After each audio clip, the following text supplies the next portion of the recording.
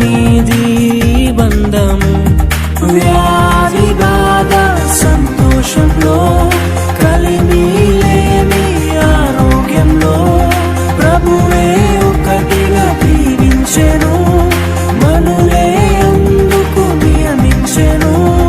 పరలోకములో నిర్ణయించెను, నరలోకములో